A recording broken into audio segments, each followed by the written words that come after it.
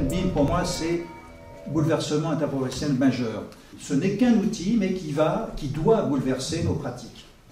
C'est quoi la différence entre des perspectives animées et une maquette numérique au format BIM dont on va parler, ou le Building Information Model? Bien, par exemple, c'est que si je tape sur une entité, elle a une existence. Donc déjà, c'est de l'intelligence embarquée dans le dessin.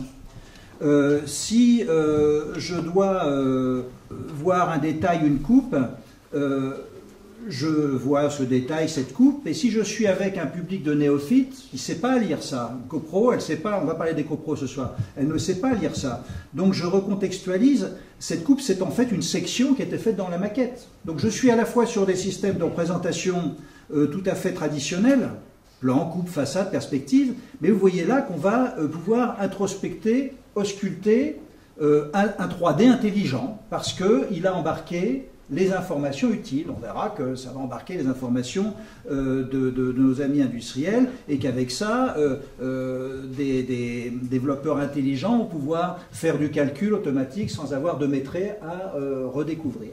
Voilà, donc ça c'est juste petite entrée en matière pour vous dire, c'est ça le BIM. C'est une maquette numérique, c'est un visualisateur, mais c'est bourré d'intelligence. Et la question, ça va être de savoir si c'est vraiment un outil qui va contraindre l'architecture. Je pense que ceux qui pensent ça n'ont pas encore compris ce qu'était que le BIM. Moi, je vous donne déjà ma conclusion, c'est du gagnant-gagnant, c'est de la qualité en barre, et il ne faudra pas s'en priver, y compris dans les copros.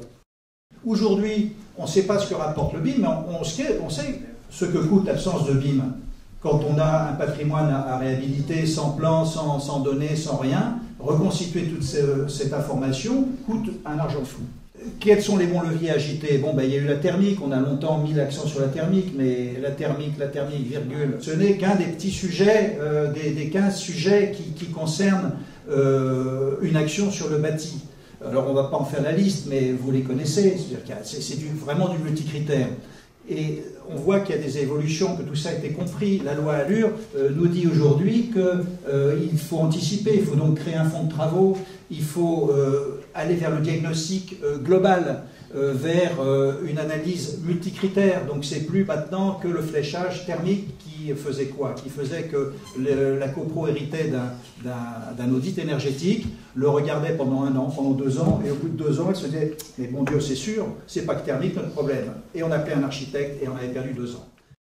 Le moteur pour agir dans une copro, c'est pas que la thermique, c'est l'amélioration des conforts, c'est l'amélioration de l'image de la résidence. Et c'est finalement la question de la valorisation patrimoniale, donc de la requalification architecturale. Et donc c'est là qu'on voit qu'un outil 3D qui permet à des néophytes de comprendre un projet et d'y associer à ce projet des calculs et donc des garanties de performance est peut-être, et sans doute, une voie royale pour accélérer les processus de décision dans une copro.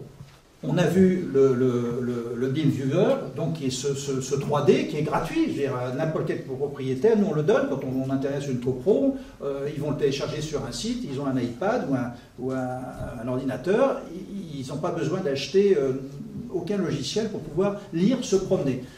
C'est un risque, certains archis trouveront que c'est un risque, moi je pense que c'est une chance, c'est un atout, on se met à poil, c'est de la transparence, effectivement, il peut passer son week-end à se promener dans le projet, puis le lundi vous appelez, j'ai vu ça, là, il n'y a plus moyen de mettre l'arbre pour cacher le truc qui n'allait pas, et en disant ça je le réglerai plus tard. Donc cette transparence, ça amène forcément à de la rigueur pour tout le monde, et ça crée de la confiance. Garantie de performance, on y est obligé, que vous le vouliez ou non, il ne faut plus penser qu'on vous croira sur parole. Donc quand on fait des plugs, des éléments comme ça qu'on met en façade, c'est bien pour celui qui va avoir le plug. Pour celui qui est en dessous, il va avoir plus d'ombre. Donc avec l'outil Archiwizard qu'on va voir tout à l'heure, c'est des éléments qu'on peut caractériser, qu'on peut débattre, qu'on peut illustrer. Voilà, vous voyez, si je veux exprimer un vitrage sur une baie, module vitrage qui est configuré, si je veux en savoir plus, le BIM, c'est m'en donner toujours plus sans avoir à saisir des paramètres. Et donc, je sais exprimer, vous voyez, des propriétés conductives et optiques d'une baie de manière très exhaustive. Et évidemment, quand j'ai beaucoup de baies sur un bâtiment, ça me facilite la tâche parce que je vais changer de configuration, je vais dialoguer avec le concepteur. Donc, ingénieurs et architectes vont pouvoir dialoguer, engager ce dialogue constructif et pouvoir tout optimiser. Ce qui prime, c'est de bien organiser sa démarche, organiser son équipe et collaborer entre acteurs de métiers différents, de sensibilités différentes. On le remarque tous les jours, nous, chez Wizard, parce qu'on est appelé, c'est que l'ingénieur veut maîtriser ses données, l'ingénieur thermicien. Et donc, il a l'impression, avec le BIM, que les données lui échappent, parce que forcément, la mise en données n'est plus saisie. Et donc, on doit travailler là-dessus, sur les interfaces logicielles, pour que les données soient accessibles, soient vérifiables, et que l'interprétation de la maquette numérique ne pose pas de problème pour ce processus collaboratif. On est en train de travailler sur le diagnostic global avec la maquette numérique et le BIM pour aider à cette prise de décision, notamment pour les copropriétés. Donc, qualité de visualisation, comme on l'a indiqué tout à l'heure, qualité de simulation en temps réel, de possibilité de varianter des configurations et de prouver ce que l'on suppose et ce que l'on avance comme solution, et de le prouver et de le mettre un peu entre les mains de la maîtrise d'ouvrage, donc de la copropriété. On a travaillé sur la méthode et sur la méthodologie. Ce qui est important, c'est le recueil, évidemment, des objectifs, des usages, et le recueil de l'état descriptif de l'existant. Mais les usages comptent beaucoup. La maquette numérique aussi permet de faire varier en simulation les usages de son bâtiment. Et donc, on pourra aussi démontrer que la variation de l'usage est prépondérante souvent en termes de perte de performance et donc de problèmes d'inconfort thermique, par exemple, ou même d'inconfort visuel. La problématique de l'usage va être prépondérante sur la performance de l'enveloppe.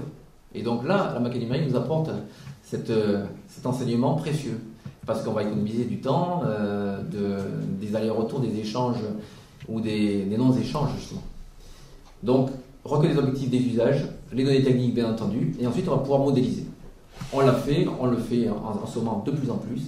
Ces modélisations vont servir à établir un diagnostic global, mode de maquette numérique, et donc des pronostics. Et c'est ces pronostics qui vont aider à la décision, bien évidemment, et surtout à travailler en équipe projet. On prend conscience aujourd'hui, après 40 ans de bâtiments, je pense surtout à l'après-guerre, tout ce parc-là, aujourd'hui, a fait son temps de vie. Et la question se pose de son vieillissement, et bien sûr de la rénovation énergétique, mais bien sûr toutes les nouvelles exigences. François on a évoqué ça tout à l'heure. Demain, il y aura une énorme différence sur le parc entre des logements qui auront été rénovés et ceux qui n'auront pas passé le cap. Alors notre réflexion aussi à Planète Copropriété, c'est le point de vue du maître d'ouvrage et du gestionnaire, et d'intégrer dans toutes les qualités, dans toutes les performances du BIM, tous les domaines de gestion.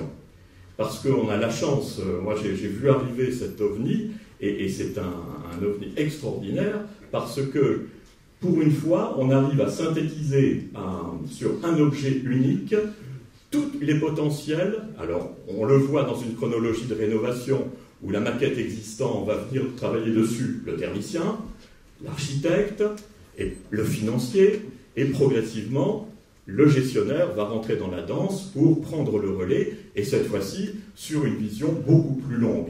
Ce document-là a été présenté en AG, a permis à des copropriétaires de découvrir leur toiture, ce qu'ils n'avaient jamais vu, et ça a été fait de manière assez apaisée, parce que sans aucun litige, on a voté 300 000 € de travaux.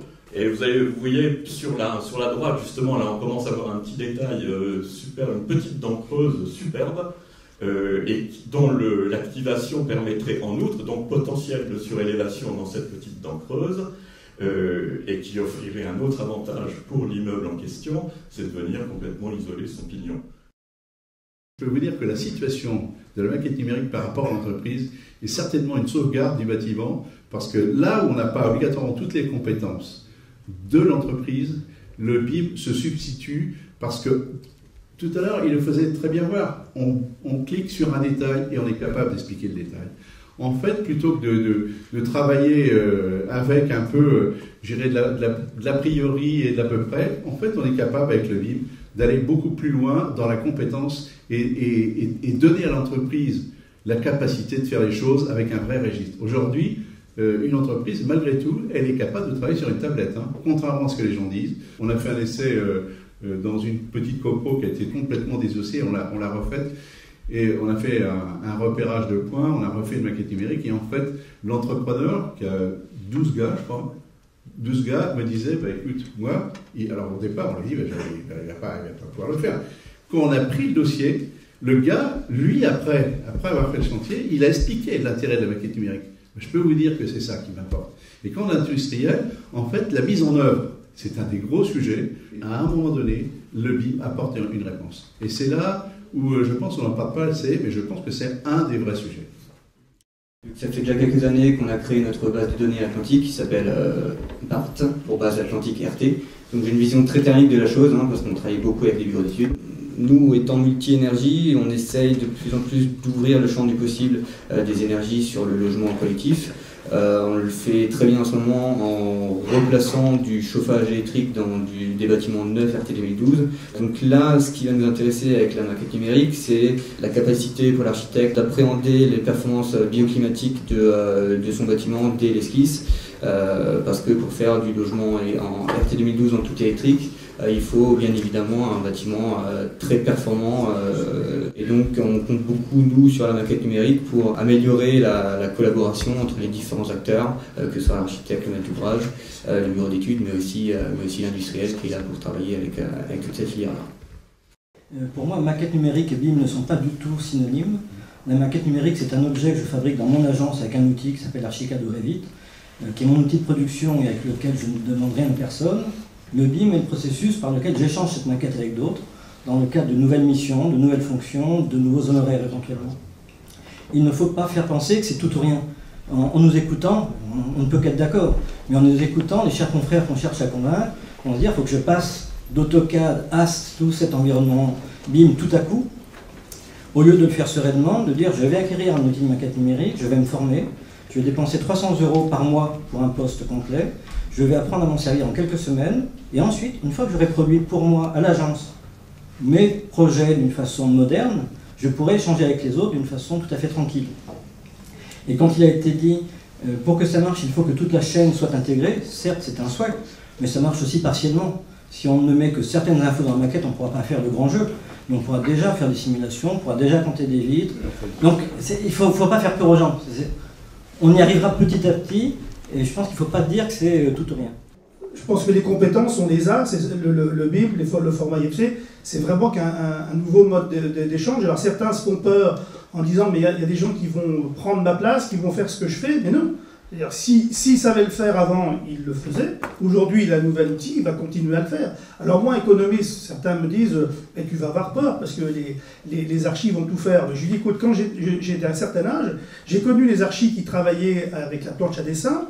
J'avais des archis qui me renseignaient des objets sur un plan. Après, quand ils sont passés, et puis j'ai d'autres qui me donnaient un plan où il n'y avait pas de renseignement. Et puis, quand ils sont passés sur du vectoriel, bah, j'ai toujours connu les mêmes.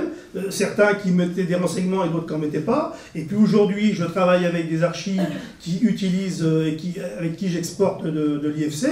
Eh bien, voilà, j'ai certains qui me mettent des renseignements et j'en ai d'autres qui ne m'en mettent pas parce que voilà, je crois qu'il ne faut pas avoir peur de l'outil. Et aujourd'hui, les rapports que j'ai avec les archis qui utilisent le format sont beaucoup plus sereins parce que j'ai un travail beaucoup plus collaboratif et ça permet de faire des choses en amont qu'on ne pouvait pas faire avant. Donc je pense que tous les acteurs de la filière sont gagnants sur le sujet.